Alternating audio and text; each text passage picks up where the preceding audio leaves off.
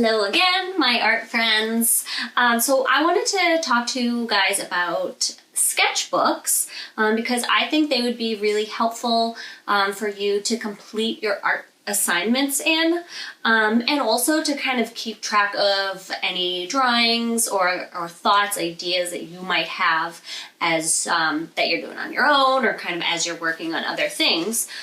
So you might have like a notebook, it can be a big notebook. You might have something like that already that you can use. Even if you've already started writing in it about something else, you can certainly still use it. It doesn't particularly matter if it has lines or if it doesn't have lines. It's kind of your choice. For drawing, obviously with outlines is better, but it's definitely not a deal breaker if that's the only thing you have. Now, if you don't happen to have a sketchbook or a journal at your house already, you can probably make one with some supplies that you might have around your house. So you can kind of create your own book, which is something I love to do. And I'll tell you how to make a really simple sketchbook. You could choose to add a cover if you want. Now, I took this beautiful painting that my daughter made, folded it in half, and used it as my cover.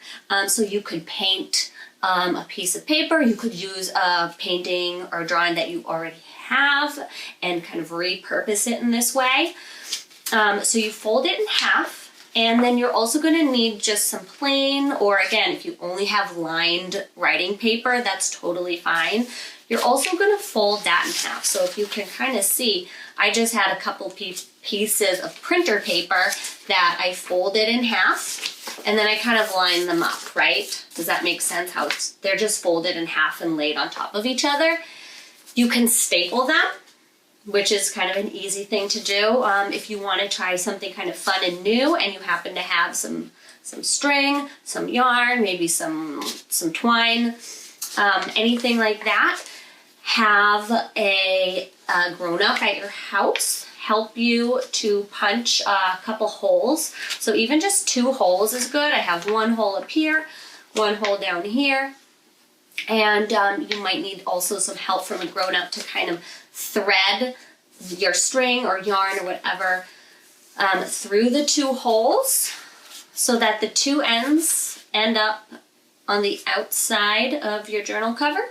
And then you're just going to tie them in a knot, tie them in a bow, whatever. You could do something fun by even putting like beads on that string. That would be really fun. So really whatever. It's just kind of playing around with it. And, you know, I just put a couple of pages in mine, but I would do certainly more than 4. You know, 10 pages would probably be good, a good start, because you can always make more. And if you're stapling them, I'm not actually sure how many pages you can staple together, but it's not too many. So if you have 5 pieces of paper that you folded in half, that actually gives you 10 pages, right? Another thing that you could try is making a cover out of, like this is an old cereal box. So I highly suggest that you're saving recyclables, especially while you might not be leaving the house as much to be able to buy things. Things like this can be used for all kinds of arts and crafts projects. So you could fold your cardboard in half. Cereal cardboard is pretty lightweight, so it's easy to fold instead of cardboard from a box, which is a lot thicker. Fold it in half. You might need to trim your paper that you put inside so that it fits, right? But that way you have like a stronger, harder cover for it. And for, if you're making a cover like this, you really have to punch the holes in with something. So again, ask a grown-up to help you with that because that's really tricky and I don't want you to hurt your fingers. But you'd need to punch holes and then do the threading technique that I talked about a few minutes ago. And this is so easy to paint on or even draw with markers, stickers, I mean, there's so many possibilities. If you make a sketchbook, I would love to see a picture of what you have created. And really save this as your place, kind of dedicated to your art during this time, because then it's all in one place. You don't have to worry about losing papers or keeping track of them. It's kind of already kept track of it for you. And actually one more idea I had is that you can do the same kind of book technique and make a bigger book with a manila folder. So that's one of those like kind of yellowish ones that opens. And then you can even just staple the printer paper onto one side of it and it kind of folds up like a notepad, right?